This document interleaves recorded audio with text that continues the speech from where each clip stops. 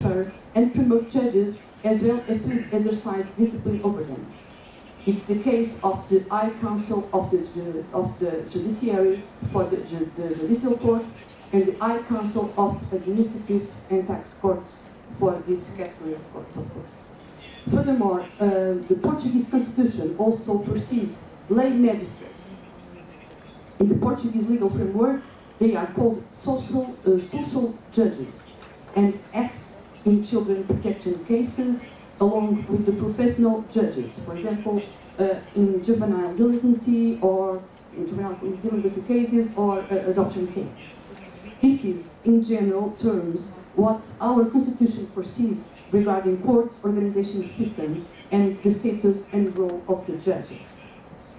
Let us now see the common normative framework about justice of the peace courts and judges.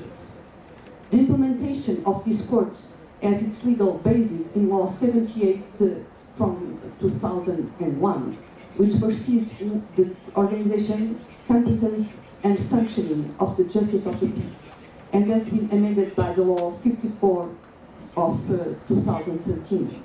In 2001, the Portuguese Communist Party presented this project of law to the Parliament, and it had the favorable vote from all the political parties, from the left to the right. The implementation of these courts was quite an unanimous decision from all the political parties. As it results of this law, the courts are created by a partnership between the Ministry of Justice and the municipalities, or between the Ministry of Justice and public entities of recognized merit, for instance, law faculties. The Ministry of Justice pays the judges and mediators' wages, and the municipalities support all the other costs, namely personnel and functioning costs. The justice of the peace courts were created on the context of alternative dispute resolution as a way of solving disputes outside of the judicial courts. And they are courts with a simplified procedure where disputes may be solved throughout mediation, conciliation, or a court hearing. The main purpose that led to the implementation of this justice of the peace jurisdiction were back in 2001, and still are, of course, to reduce caseload of traditional courts and to have decision taken in a reasonable time. Unfortunately, as you can see in the map of Portugal, there are only 25 justice of the peace courts.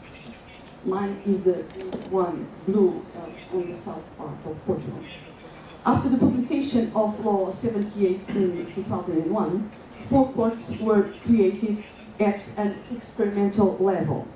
Since it was a positive experience, another 19 courts were created until 2008, but no more after that year. Why is that? Of course, because of the price.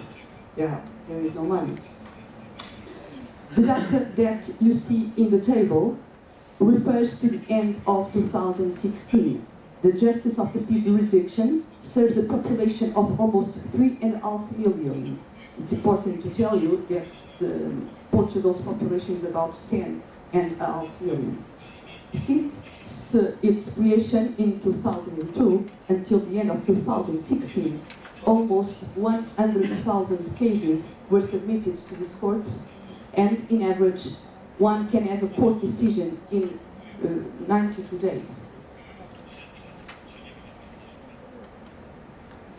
Regarding specifically the judges of peace, the legal framework applies to them. It is also foreseen in the law of the justice of the peace in only 6 articles that regulate admission requirements, recruitment and selection, assignments, functions and competence, incompatibilities, wages, and of course the subsidiary legislation that applies to the judges.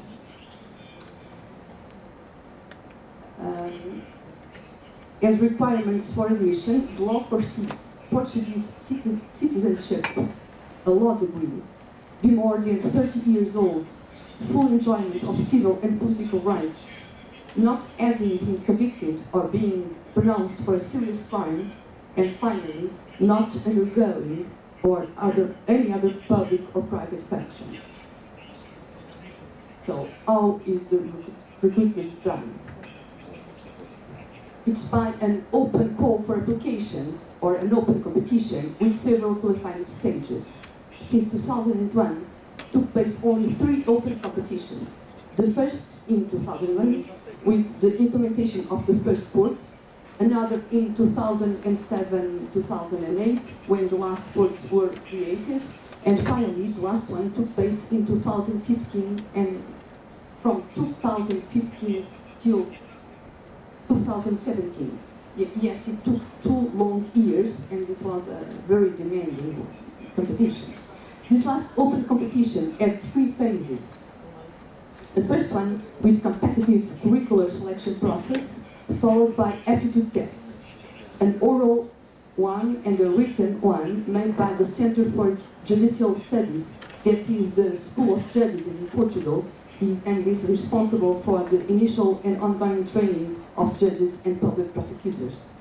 Those who have passed this first phase started the second one with a training course, also held by the Center of Judicial Studies, and did a final written exam. Finally, those who have passed this second phase started a third one with a traineeship with a judge in a justice of the peace court. These phases are almost identical to the ones professional judges do in the Center for Judicial Studies. The main difference is that the second and the third phases were shorter for the judges of the peace.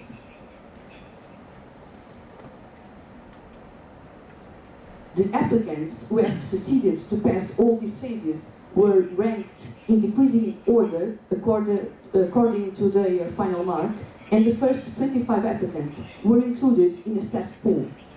The ones included in this staff pool can apply for vacancies in any of the 25 Justice of the Peace courts.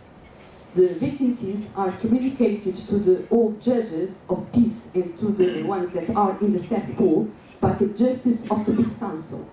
This council has competence to assign and transfer judges of peace and to exercise discipline over them.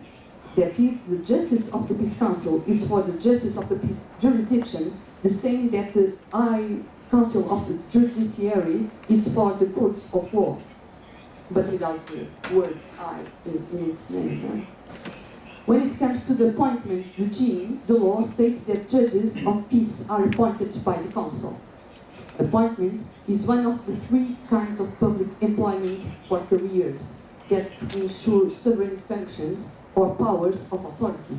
That is, ones of the judges, diplomats, police officers, military personnel, and so on. The other employment relationship to public sector are employment contract, quite similar to the employment contract in the private sector, and service commission, which is a temporary link. The appointment of the judges has a 5-year duration, and its renewal can only take place if there is a favorable decision from the Council, in which the Justice of the Peace Council takes into consideration the Court of the Peace caseload and the merit-based evaluation of the judge. This appointment and renewal regime is quite controversial because the appointment is the most stable and permanent employment relationship in Portugal, and it is contradictory with the 5-year duration. As a result, in Portugal, some defend that Justice of the Peace do not have a real appointment regime, but they have a service commission instead.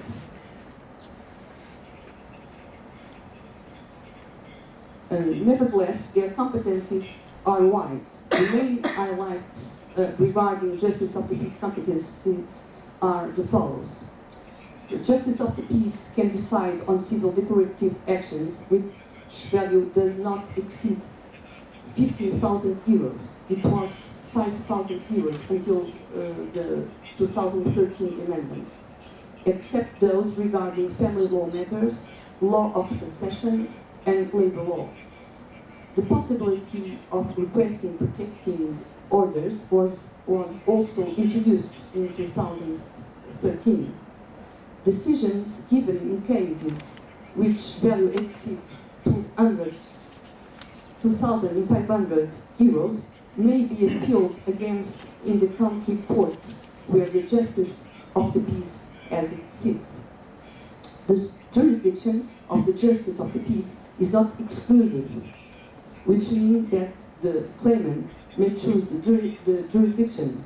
Either he goes to the judicial courts or he goes to the justice of the peace courts. And here you have some examples of the actions that may be solved in the justice of the peace courts in Portugal. The underlying ones, actions resulting from the rights and duties of the condominium and actions regarding civil liability, especially car accidents, are the most common in these courts. In conclusion, I'd just like to share with you some doubts about that have been pointed out in Portugal. Since justice of the peace are courts as foreseen in the Constitution, but they are not justice of the peace courts in all territory of Portugal, is that a violation of the principle of equality? Imagine a citizen that wants to solve a condominium dispute from Lisbon. Why should he pay only 70 euros, that is the single tax to be paid in these courts, and have his case decided in about 3 months because there is a court of peace in Lisbon, while another citizen with no court of peace pays more and waits longer for a decision? In Portugal, some defend that this is unfair. On the other hand, justice of the peace are not professional judges. Their employment relationship is temporary, with a duration of 5 years, as I said. Their rulings, however, equals the rulings of first instance judicial courts, but does the Constitution allow such non-professional judges?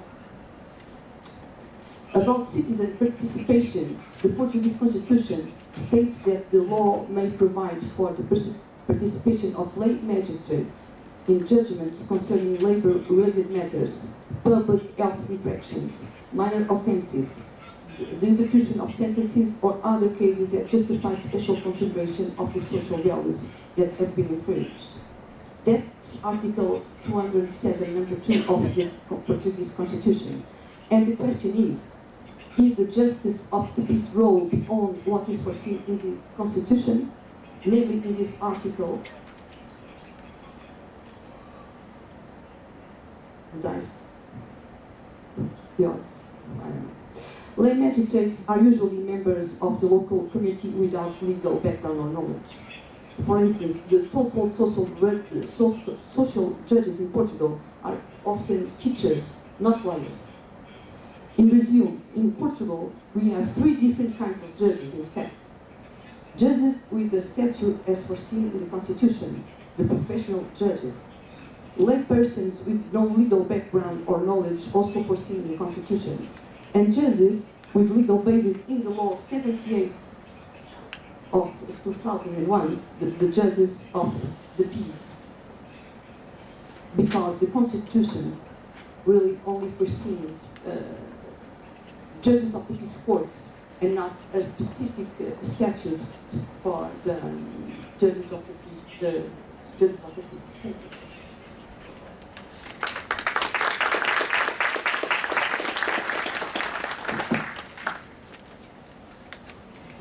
Bardzo dziękujemy.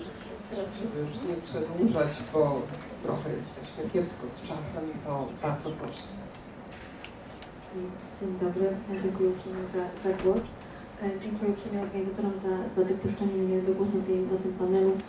To dla mnie zaszczyt występować z takimi osobami. Dziękuję uprzejmie panu mecenasowi Larosa oraz panu profesorowi Larosa, którzy godzili się tutaj ze mną występować i omówić ten panel. Ja już z panią profesor ustaliliśmy, że zostało mi 2 minuty czasu. Postaram się skrócić swoje wystąpienie, tak żebyście Państwo na lunch zdążyli. Ponieważ pani profesor oraz pani sędzia pokoju już zdążyli omówić z Państwem niektóre kompetencje dotyczące sędziów pokoju w Hiszpanii i Portugalii, a później będą omawiane w Włoszech, ja pozwolę sobie ominąć w swoim wystąpieniu to i nie powtarzać tego, co już zostało powiedziane. Przechodząc już do mojego wystąpienia, Zasadniczo w Europie występują trzy modele przyznania kompetencji sędziom pokoju. Zasadniczo w większości sędziowie pokoju orzekają zarówno w cywilnych, jak i w karnych sprawach. Taka sytuacja jest właśnie w Hiszpanii, tak jak pani profesor powiedziała. Bardzo ciekawym rozwiązaniem w Hiszpanii, to tylko powtórzę, jest bardzo duża kompetencja sędziów pokoju w zakresie spraw rejestrowych, co biorąc pod uwagę polski system w tym zakresie, byłoby bardzo ciekawym rozwiązaniem. Drugim aspektem w Hiszpanii, który chciałabym mocno podkreślić, jest pomoc sądowa, do której są upoważnieni sędziowie pokoju. Ale przechodząc dalej, ponieważ Hiszpania jest nieomawiana, nie chciałabym tego powtarzać. W Belgii, do której chciałabym teraz przejść, sędziowie pokoju mają przyznane jedynie kompetencje w zakresie spraw cywilnych. Nie oznacza to jednak, że obywatele nie są zaangażowani w kwestii rozstrzygania spraw w zakresie spraw karnych. Taka kompetencja została przeniesiona do tzw. sądów policyjnych. Obawiam się, że zważywszy na poprawę sytuacji zaufania do polskiej policji, policja nie byłaby szczególnie zadowolona z przeniesienia tej kompetencji na nich, ale takie rozwiązanie zostało przyjęte właśnie w Belgii. Jeżeli chodzi o właściwość w sprawach cywilnych, w Belgii możemy wyszczególnić właściwość ogólną oraz właściwość wyłączną. Właściwość ogólną sądu pokoju w Belgii kształtuje artykuł 590 Belgijskiego Kodeksu Postępowania Cywilnego czy Sądowego, bo różnie są tłumaczone na język polski, zgodnie z którym sędziowie pokoju rozpoznają sprawy cywilne, których wartość pewnego sporu nie przekracza 2,5 tysiąca euro. Spod kompetencji sędziów pokoju zostały wyjęte niektóre kategorie spraw. Ta kwota 2500 euro wydaje się być kwotą wysoką, jednakże co chwilę w ustawodawstwie belgijskim widoczne jest podwyższanie tej kwoty. 5 grudnia 2017 roku w Izbie Reprezentantów złożono projekt, który zakłada podniesienie omawianej kwoty aż do 5000 euro. Poza tymi sprawami sędziowie pokoju mają wyłączną kompetencję do rozpoznania niektórych spraw, m.in. spraw o znajmie nieruchomości oraz sporów pomiędzy współwłaścicielami rzeczy, a także, co jest bardzo szeroko stosowane, spraw o służebności, w tym służebności przejazdu oraz przechodu. Państwem, który sędziów pokoju wykorzystuje zasadniczo do rozstrzygania spraw karnych, jest bez wątpliwości Anglia. W Anglii aż 90% spraw rozpoznawanych przez sądy pokoju to właśnie sprawy karne. Co ciekawe, mamy bardzo wysoki odsetek spraw, które właśnie w sądach pokoju, spraw karnych, właśnie w sądach pokoju są kończone. Zgodnie z prowadzonymi statystykami aż 90% spraw karnych, wszystkich spraw karnych jest rozstrzyganych właśnie w tym sądzie. W Anglii przyjęto system, że wszystkie sprawy karne rozpoczynają swój bieg w sądzie pokoju. Następnie w razie, kiedy okaże się, że przestępstwo było najpoważniejsze, m.in. o gwałt czy rozbój, te sprawy przekazywane są do sądu koronnego Crown Court.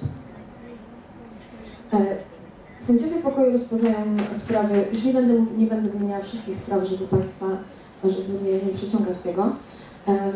Sędziowie pokoju mogą nałożyć grzywnę, mogą nałożyć karę pracy społecznej, również karę więzienia aż do 6 miesięcy lub do 12 miesięcy, jeżeli mamy więcej niż jedno przestępstwo. Mogą również zastosować środek zabezpieczający, o ile sprawa zostanie przekazana później właśnie do Crown Court. Oczywiście sądy pokoju w Anglii rozpoznają również sprawy cywilne, ale ich odsetek jest minimalny. Zaangażowanie sędziów pokoju w rozstrzyganie spraw w Anglii jest naprawdę minimalne.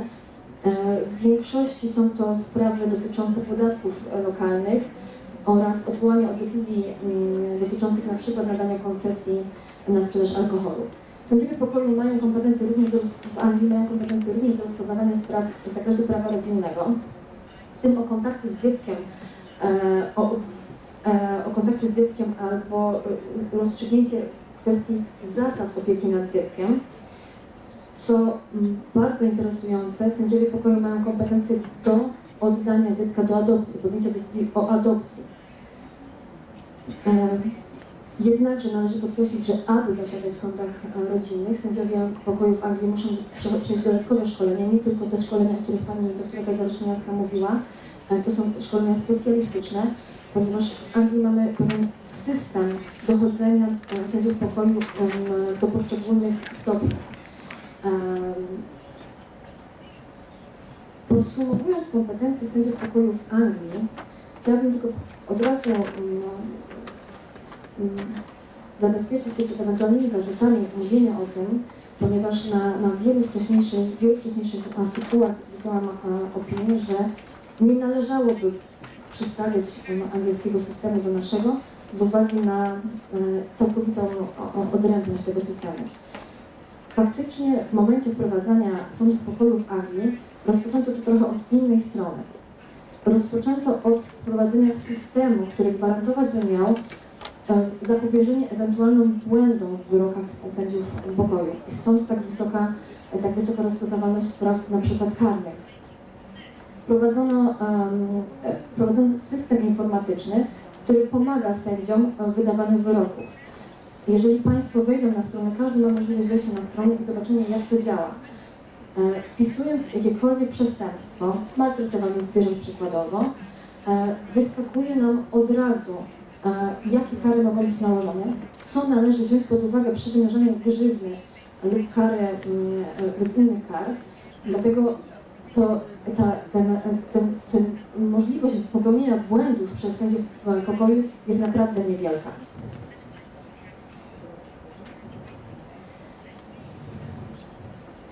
Przechodząc do kwestii nadzoru, należałoby się zastanowić nad dwoma głównymi kwestiami dotyczącymi nadzoru, a więc nadzoru judykacyjnego oraz nadzoru administracyjnego. Sposób rozwiązania problemu nadzoru judykacyjnego w państwach, w których występuje instytucja sędziów pokoju, jest silnie zróżnicowany. Poczynając od wyłączenia ścieżki odwoławczej, co ma m.in. miało miejsce we Francji, czy ma miejsce teraz w Hiszpanii, aż do sytuacji, kiedy wszystkie wyroki sądu pokoju mogą być zaskarżane. W Belgii funkcjonują zasadniczo dwa główne środki odwoławcze. Jeden środek odwoławczy jest środkiem niedowolutywnym, co można go porównać z pewnymi zastrzeżeniami do polskiego sprzeciwu od nakazu zapłaty. Natomiast apelacja, rozumiana w takim samym sensie jak w Polsce, przysługuje jedynie w sprawach, gdzie WPS jest wyższy niż 1260 euro, co oznacza, że jedynie niewielki odsetek spraw rozpoznawanych przez sądy pokoju może być zaskarżony apelacją. Dodatkowo ten limit chcą podnieść do kwoty aż 2000 euro. W Anglii przyjęto zasadę, że od wszystkich wyroków sądu pokoju przysługuje apelacja do Crown Court.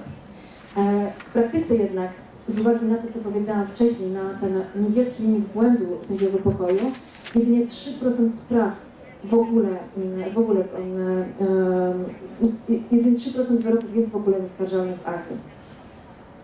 W Polsce wydaje się być poza wątpliwością, biorąc pod uwagę artykuł 176 punkt 1 Konstytucji, że warunkiem koniecznym do zagwarantowania konstytucyjnego prawa do sądu jest stworzenie ścieżki odwoławczej orzeczeń wydawanych przez sądy pokoju. Z daleko idącą ostrożnością należy brać pod uwagę brak dopuszczalności środka odwoławczego lub jego uzależnienia od wartości przedmiotu sporu. W Polsce naturalnym rozwiązaniem byłoby przekazanie tej kompetencji rozpoznawania apelacji od wyroków sądu pokoju sądom rejonowym. Przechodząc szybko do nadzoru administracyjnego, tutaj już częściowo pani profesor powiedziała na temat nadzoru administracyjnego w Hiszpanii. Przypomnę jedynie, że tutaj sędziowie pokoju podlegają odpowiedzialności karnej, cywilnej oraz odpowiedzialności dyscyplinarnej. Natomiast w Anglii sposób usunięcia sędziów pokoju jest silnie rozbudowany w zależności od przyczyn. Sędziowie pokoju bezwzględnie muszą zakończyć urzędowanie w wieku 70 lat. Mogą natomiast po ukończeniu 70 roku życia zajmować się sprawami, wykonywać funkcje administracyjne w sądzie pokoju. Usunąć sędziów pokoju, tylko widzę przyspieszając, ponieważ już jest problem z lunchem. Usunąć sędziów pokoju może Lord Carr, zresztą do zasady. Już nie będę wymieniała z jakich powodów. Odwołuję Państwa do ustawy, o której mówiła pani sędzia z 1980 roku. Pamiętajmy, tylko na koniec chciałabym podkreślić, pamiętajmy, że pewną formą nadzoru nad sędziami pokoju bez wątpliwości jest kadencyjność sędziów.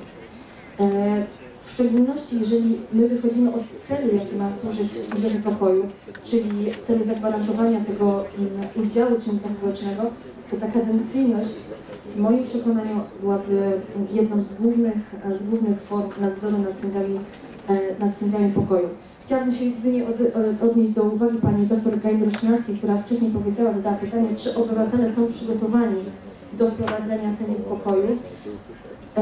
Mam nadzieję, że tak, biorąc pod uwagę ostatnie wydarzenia w Polsce, to jak bardzo obywatele zaangażowali się, szczególnie w lipcu zeszłego roku, w walkę o wymiar sprawiedliwości, mam nadzieję, że tak są przygotowani. Ja dziękuję uprzejmie i oddaję głos. Bardzo serdecznie dziękuję. I zmuszeni przez organizatorów ogłaszam